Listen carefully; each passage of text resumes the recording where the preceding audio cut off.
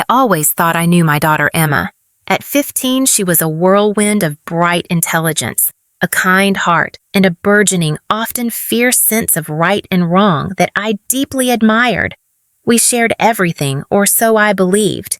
But one Tuesday evening, a discovery so chilling, so utterly violative, made my blood run cold and shattered that comfortable illusion. A message. Then a string of them, hundreds, perhaps thousands, meticulously hidden under a deceptively innocuous folder icon on her phone, an icon labeled School Notes. Words of such vitriol, such cruel, targeted venom that no child, no human being should ever have to endure.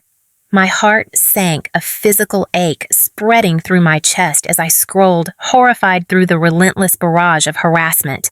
Someone, an anonymous coward cloaked in the ether of the internet, had been systematically tormenting my daughter, chipping away at her spirit, her confidence, her very sense of self. But who and why Emma I knew with a primal certainty that only a mother can possess that I had to act and act fast.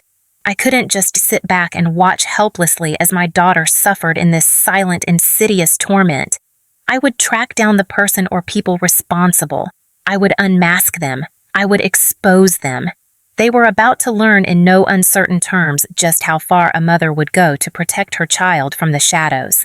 My name is Sarah Miller, and until that fateful Tuesday, my life, while not without its everyday challenges as a single working mother, felt relatively calm, centered around my bright, usually effervescent daughter, Emma. Emma was in her sophomore year of high school, a typically tumultuous period of navigating friendships, academics, and the ever-present pressures of social media. She was a good student, had a close-knit group of friends, and generally, or so I thought, navigated the teenage landscape with a reasonable degree of resilience and humor. The first signs of trouble were subtle, almost imperceptible at first, easily dismissed as typical teenage moodiness. Over the preceding few weeks, I had noticed a gradual shift in Emma's demeanor. The easy laughter that usually filled our small home became less frequent. Her usually bright eyes seemed clouded, often distant. She started spending more and more time alone in her room, the door once always ajar, now firmly closed. Our dinner conversations, once lively exchanges about her day, her friends, her latest artistic endeavor, dwindled to monosyllabic responses, her gaze often fixed on her phone, though even that seemed to bring her little joy, her thumb scrolling listlessly, a frown creasing her brow. I'd tried gently probing. "Everything okay at school, sweetie?" I'd ask. "You seem a bit down lately." "I'm fine, Mom, just tired," she'd reply a little too quickly, her eyes avoiding mine. Or, "Just a lot of homework." I'd chalked it up to exam stress, a minor disagreement with a friend, the general angst of being 15. I didn't want to be an overbearing, intrusive mother. I wanted to respect her growing need for privacy, that I now realize was a mistake. The discovery happened by chance, a cruel twist of fate. Emma had left her phone charging on the kitchen counter while she took a quick shower before bed. An urgent text message had come through from her aunt regarding weekend plans, and knowing Emma often forgot to relay such messages, I picked up her phone intending only to glance at that one notification. As I did, my thumb accidentally brushed the screen opening, not the text app, but her photo gallery, and then, with another accidental tap, a folder cryptically labeled School Notes. What I saw there made the air leave my lungs in a horrified gasp. It wasn't school notes. It was a repository of pain. Screenshots upon screenshots of vile, hateful messages sent from multiple anonymous accounts across various social media platforms. Instagram, TikTok, even an obscure gaming chat she was part of. Words designed to wound, to humiliate, to terrify. Ugly. Fat. Worthless. No one likes you. You should just disappear. The comments were relentless, often cruel beyond belief, attacking her appearance, her intelligence, her friends, her very right to exist. Some included crudely photoshopped, deeply unflattering images of her. Others contained veiled and not-so-veiled threats. My hands trembled so violently I almost dropped the phone. I felt sick to my stomach, a cold, churning nausea mixed with a white-hot protective rage. How long had this been going on? Weeks, months? How had my bright, usually communicative daughter been enduring this relentless, soul-crushing torment all alone in silence right under my nose? The guilt was a crushing weight. I couldn't stop thinking about her, about the brave face she must have been putting on every day while carrying this secret toxic burden. The tiredness, the moodiness, the closed door, it all clicked into place with horrifying clarity. My beautiful, kind daughter was being systematically cyberbullied, and it was breaking her. I knew with absolute certainty that I couldn't let this continue for another second. Emma couldn't fight this alone, and she shouldn't have to. I wouldn't just comfort her. I would arm her. I wouldn't just report it. I would investigate it. I would unmask these cowardly tormentors. My quiet suburban life had just been invaded by a dark, insidious enemy, and this mother was about to go to war. The decision to delve into this digital cesspool to unearth the perpetrators was instantaneous. My immediate priority was Emma's safety and well-being, but a close second was bringing whoever was responsible for this to account. They had picked on the wrong girl, and by extension the wrong mother. The next day, I didn't confront Emma immediately with my discovery of the school notes folder. I knew she was already feeling vulnerable, ashamed, perhaps even blaming herself, as victims of bullying so often tragically do. A direct emotional confrontation from me, however well-intentioned, might only make her retreat further into her shell, or worse, feel like her privacy had been violated, further eroding her trust. I needed to approach this with a combination of unwavering support and strategic precision. My immediate goal was to understand the scope of the harassment and to identify the perpetrators, or at least to gather enough information to take to the authorities. After Emma left for school, her usual forced, brittle smile doing little to hide the shadows under her eyes, I sat down at my computer, her phone carefully placed beside me. I'd made a discreet backup of the school notes folder the night before, my heart aching with every vile image and message I saved. My first step was to meticulously go through every single message, every image, every anonymous profile. I created a detailed spreadsheet, logging usernames, platforms, dates, times, specific threats, recurring phrases or emojis. Anything that might offer a clue, a pattern, a digital breadcrumb.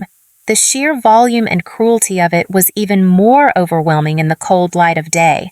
It was clear this wasn't the work of a single casual tormentor. This was a coordinated, sustained campaign of harassment. Many of the anonymous accounts were newly created with no followers and no posts, clearly designed for the sole purpose of spewing hatred. Some messages referenced specific things about Emma, a new outfit she'd worn to school, a comment she'd made in class, a particular friend she'd been seen with. This confirmed my chilling suspicion. At least some of the harassers knew her personally, were likely students at her own high school. The anonymity of the internet was their shield, their weapon. I began to track IP addresses where I could, using online tools and some basic knowledge I'd gleaned from tech articles, though I knew this was often a dead end with sophisticated users employing VPNs. I cross-referenced usernames looking for any overlap, any slight variation that might link them. I even started to analyze the linguistic patterns, the specific slang or misspellings, wondering if they might betray a common author or a small group working in concert. It felt like searching for needles in a vast, toxic haystack. The most disturbing aspect was the insidious way they seemed to know her vulnerabilities, her insecurities. They targeted things she was self-conscious about, twisting innocent photos she'd shared with friends into grotesque caricatures, using her own words, her own lighthearted posts against her. It was psychological warfare waged by faceless enemies. Realizing the technical aspects of tracing these anonymous accounts were likely beyond my solo capabilities, I called in a favor from an old college friend, Carla Rodriguez, who now worked as a cybersecurity analyst for a private firm. Carla was brilliant, tenacious, and fiercely loyal. I explained the situation, my voice tight with a mixture of rage and desperation. "Oh, Sarah, this is horrific," Carla said, her voice full of genuine sympathy and professional anger after I'd shared some of the less graphic details. These kids, they think they're invincible behind their screens. Send me everything you have, the usernames, the screenshots, any metadata you can find. No promises, the really savvy ones are hard to pin down, but I'll see what I can dig up. These platforms have a responsibility, but they're often slow to act, especially with anonymous accounts. While Carla began her technical investigation, I started my own more old-fashioned line of inquiry. I couldn't just rely on digital forensics. I decided cautiously to speak to a few of Emma's closest, most trusted friends, Olivia and Maya, girls I'd known since they were all in kindergarten. I invited them over for pizza one afternoon without Emma present, explaining I was worried about Emma seeming down and wanted to know if anything was troubling her at school that they might be aware of. At first, they were hesitant, exchanging nervous glances. But as I gently explained my concerns without revealing the full extent of what I'd found on Emma's phone, I didn't want to spread the vile content further or put them in an awkward position with Emma. They began to open up. Emma's been really quiet lately, Mrs. Miller, Olivia said, picking at her pizza crust. She doesn't laugh as much, and she keeps making excuses not to hang out after school. We thought maybe it was boy trouble or stress about grades. Maya added, her brow furrowed with concern. There have been some weird rumors going around online about her. Stupid stuff. We told her to ignore it, that it was just jealous haters, but maybe it's worse than we thought. What kind of rumors, and where are they appearing? I pressed gently. They described some of the same themes I'd seen in the messages: insults about her appearance, false stories about her behavior. They mentioned a few specific anonymous accounts that had been particularly vicious in group chats or on a school gossip page that had recently and mysteriously been shut down. Crucially, they mentioned a boy in their grade, Ryan Peterson. Ryan had been part of Emma's wider social circle for years. They'd even dated briefly, very casually the previous year, a short-lived middle school romance that had ended amicably, or so Emma had told me. According to Olivia and Maya, Ryan had been acting strangely possessive and resentful after Emma had politely declined his more recent attempts to rekindle their romance, preferring to just be friends. He'd reportedly made some unpleasant comments about her to mutual acquaintances. A cold dread settled in my stomach. Ryan Peterson. The name hadn't initially stood out amongst the anonymous usernames, but now a possible motive, a potential starting point for the harassment began to crystallize. Could a teenage boy, spurned and resentful, be capable of orchestrating such a cruel, sustained campaign? Or at least be a key player in it? My investigation, both digital and real world, was starting to narrow. The faceless enemy was beginning to take on a potential and disturbingly familiar form. I still didn't approach Emma directly with my findings about Ryan. I needed more than just suspicion, more than just the worried conjectures of her friends. I needed something concrete to link Ryan or anyone else directly to those anonymous, venomous accounts. Carla's work would be crucial. My silent, methodical gathering of puzzle pieces continued, fueled by a mother's unwavering resolve to protect her child from the shadows. A few painstaking days later, Carla called with a breakthrough. "Sarah, I've got something," she said, her voice a mixture of triumph and grimness. "It's not a smoking gun on all of them. These kids are getting smarter with VPNs and burner accounts, but I've managed to trace the originating IP address for 3 of the most vicious anonymous Instagram accounts, the ones sending the direct threats, and the worst of the photoshopped images. They all resolve back to the same residential address." My heart hammered against my ribs. "Whose address, Carla?" "It's registered to a Thomas and Sandra Peterson," Carla said. "Any bells?" "Ryan Peterson." The name echoed in my mind, no longer just a vague suspicion, but a sickening, visceral certainty. The boy Emma had briefly dated the boy her friends had mentioned, acting resentful. He lived just a few blocks away. It was him. Or at least he was deeply, undeniably involved. The feeling that washed over me was a toxic brew of white-hot rage, profound disappointment, and a chilling understanding of the calculated cruelty a seemingly nice kid from a good family could inflict. How could a child, someone who knew Emma, who had shared classes and laughter with her, be capable of such malice? The betrayal felt personal not just for Emma, but for me too, as a mother who had always tried to see the good in her children's peers. That evening, armed with this crucial piece of information, I finally sat down with Emma. I chose a quiet moment when we were alone, the house settled for the night. I started gently telling her I knew she'd been going through something incredibly difficult, that I'd inadvertently seen some of the messages, and that my heart was breaking for her. Tears immediately welled in her eyes, the dam of her forced composure finally breaking. The whole story tumbled out. The relentless daily harassment, the fear, the shame, the crushing weight of feeling so utterly alone and targeted. She confessed she hadn't told me because she was embarrassed, scared I'd take away her phone or her social media access. A common fear I later learned among cyberbullied teens, and most painfully because a small part of her had started to believe the vile things they were saying about her. "I just wanted it to stop, Mom," she sobbed, burying her face in my shoulder. I didn't know what to do. I held her tightly, stroking her hair, whispering reassurances, my own tears mingling with hers. "Oh, my brave girl," I murmured. "You don't have to do anything alone. We are going to stop this. Together. And the people responsible are going to face the consequences." Then very gently, I told her what Carla had found. I mentioned Ryan Peterson's name. Emma's head snapped up, her eyes wide with a mixture of disbelief and a dawning, horrified recognition. "Ryan, but why he always seemed so okay. A little intense sometimes maybe after we stopped.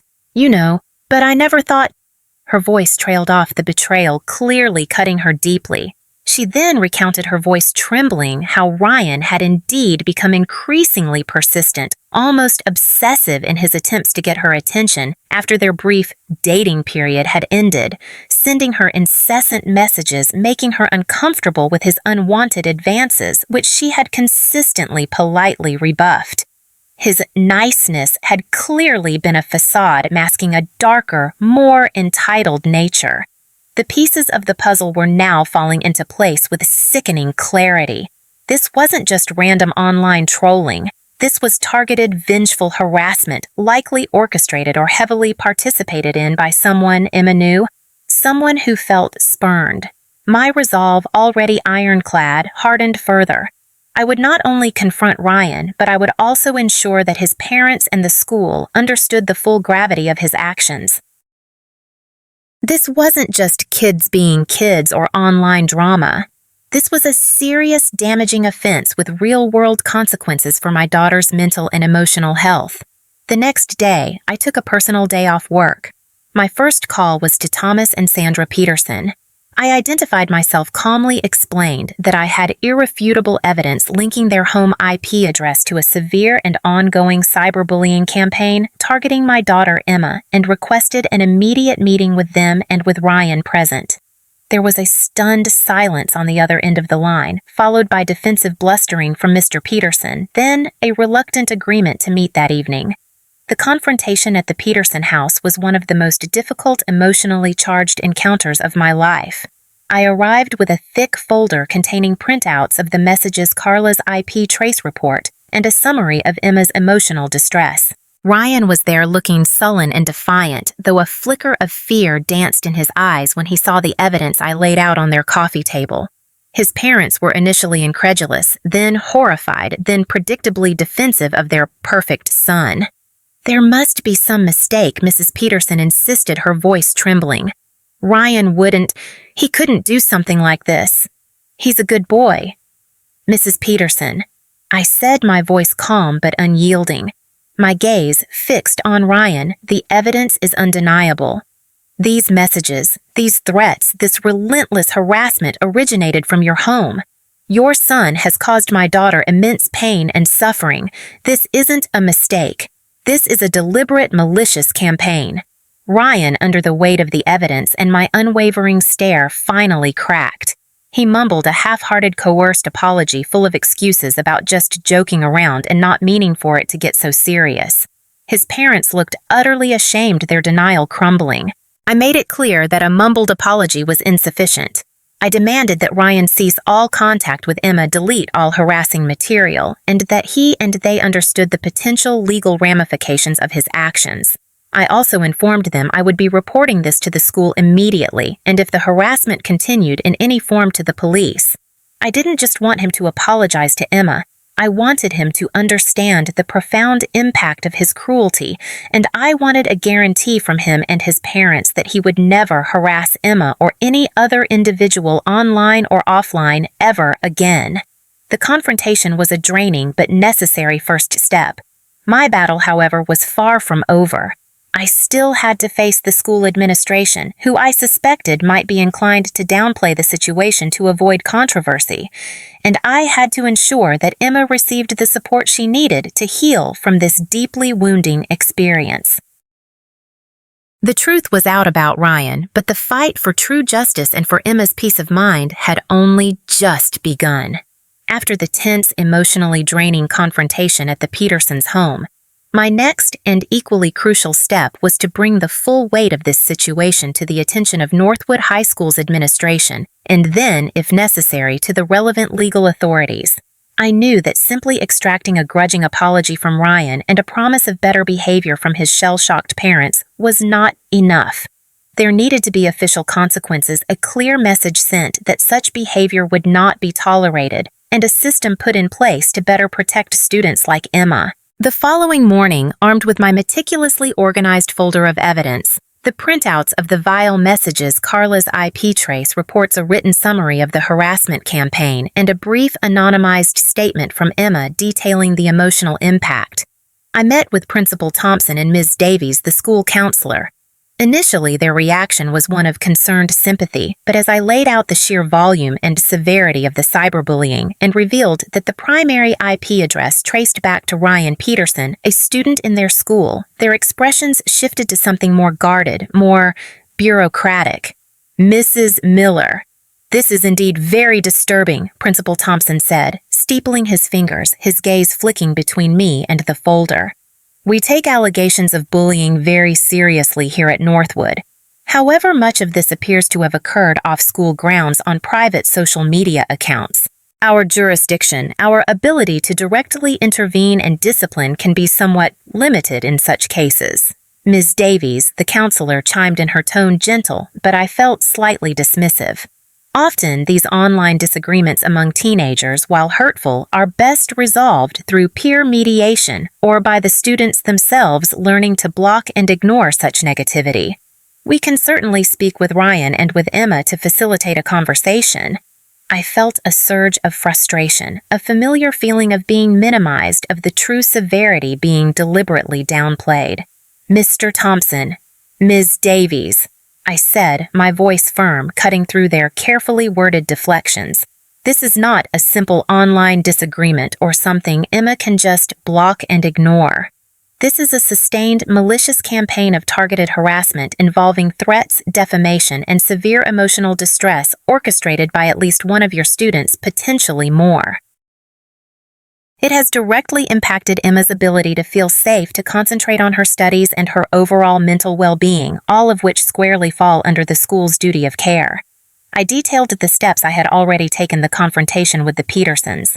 I emphasized that while some of the harassment was anonymous, the clear link to Ryan, a Northwood student, brought it directly into their sphere of responsibility. I wasn't asking for peer mediation. I was demanding a formal investigation by the school, appropriate disciplinary action against Ryan Peterson, according to their own code of conduct, and a commitment from the school to address the pervasive issue of cyberbullying more proactively. The meeting was long and at times contentious. I had to counter arguments about freedom of speech, about the difficulty of policing online behavior, about the he said, she said nature of teenage conflicts. Some parents, when subtly approached by the school in the initial quiet phase of their internal inquiry before I escalated it further, were hesitant to get involved, fearing repercussions for their own children, or simply not wanting to believe that nice kids from their community could be involved in such ugly behavior. Some teachers, I later learned, had a tendency to view online conflicts as drama best left outside the school gates, failing to recognize its spillover into the school environment and its devastating impact on students' lives. I stood my ground, presenting my evidence calmly but relentlessly. frustrated by what I perceived as the school's initial reluctance to take truly decisive action beyond a slap on the wrist for Ryan and fueled by Emma's continued distress. She was now terrified of potential retaliation at school. I made the difficult decision to escalate further. With Emma's tearful but brave consent, we filed a formal police report for cyber harassment and stalking. The involvement of law enforcement and the potential for legal charges finally seemed to galvanize the school district into more serious action. The police investigation, coupled with the evidence Carla and I had gathered, led to Ryan Peterson being formally charged. The legal process was slow, arduous, and emotionally taxing for Emma, who had to provide a statement and relive the trauma. The Petersons, initially defiant, hired a lawyer and tried to discredit Emma to paint Ryan as the victim of a misunderstanding or a teenage prank gone wrong. There were moments when I felt overwhelmed by the sheer ugliness of it all, by the need to constantly fight, to constantly justify Emma's pain. But we were not alone. As news of the police involvement in the impending court case spread discreetly at first, then more openly as other parents learned of the situation, other families whose children had been targeted by similar anonymous online attacks, some possibly linked to Ryan or his associates, began to come forward emboldened by our stance. A small group of us parents formed an advocacy group demanding better cyber safety protocols and anti-bullying education from the school district. The court case against Ryan, though conducted in juvenile court due to his age, was a landmark moment. The evidence was overwhelming. The judge, a woman with a no-nonsense reputation, listened intently to Emma's impact statement, which Emma, with incredible courage, chose to read herself. She spoke of the fear, the anxiety, the plummeting self-esteem, the lost friendships, the way the harassment had invaded every aspect of her life. In the end, Ryan Peterson was found delinquent. He was sentenced to a lengthy period of probation, mandatory cyber ethics counseling for himself and his parents, significant community service, and a restraining order preventing him from contacting Emma or her close friends in any way online or offline. He was also required to write a formal court-monitored letter of apology to Emma. His academic future was impacted, and his reputation within the school and community was irrevocably damaged. The cool anonymity he had hidden behind had been stripped away, revealing the petty, cruel bully beneath. The victory in court was significant, but the battle wasn't just about punishing Ryan. It was about creating lasting change. Our parent advocacy group, armed with the momentum from the court case, successfully lobbied the school board. They agreed to implement a comprehensive new anti-cyberbullying policy which included clearer definitions of online harassment, stricter disciplinary consequences, better training for teachers and staff on how to identify and address cyberbullying, and robust educational programs for students on digital citizenship and online safety. They also established an anonymous reporting system managed by a third party to encourage more students to come forward. The months following the trial were focused on healing and empowerment, not just for Emma, but for our family, and in a small way for our community. Emma, with the support of therapy and the unwavering love of her family and true friends, began to slowly rebuild her confidence, her spirit.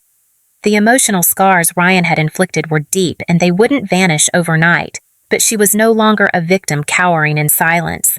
She had found her voice, spoken her truth, and had seen that truth prevail. She started to use her experience to help others, volunteering to speak to younger students at her school about the dangers of cyberbullying and the importance of online kindness, working alongside me and the parent group to advocate for safer online spaces for all young people.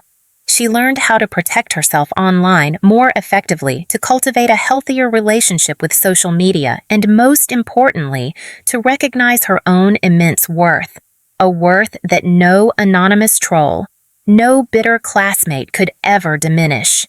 Looking back on that incredibly difficult period, I don't regret a single moment of the fight. It was exhausting, it was infuriating, it was heartbreaking. But as a mother, I knew with every fiber of my being that there was no other choice. We had not only won a battle for my daughter's peace of mind and safety, but we had also helped to illuminate the dark corners of the internet where such cruelty festers, and in doing so had contributed to making our small part of the world a little bit safer, a little bit more just. Emma, My once silenced daughter had not only found her voice, but was now using it to empower others. She had transformed her pain into purpose. And I, her mother, had learned that the fierce protective love we have for our children can indeed move mountains, can challenge systems, and can ultimately bring about profound and lasting change. The journey had been a baptism by fire, but we had emerged stronger, more resilient, and more united than ever before. Our family had not just survived, we had in our own quiet way triumphed. The message I hope Emma, and indeed all children, take from this is that their voices matter, that their pain is valid, and that they are never truly alone. And for parents, my message is this: listen to your children, believe them, and be prepared to fight for them even when the fight seems daunting, even when the enemy is hidden in the shadows of the digital world. There is no greater calling, no more sacred duty than protecting the hearts and minds of our children. No matter how insidious the threat, no matter how cleverly concealed the perpetrator, a mother's love fueled by justice and determination will always be the most powerful force on earth.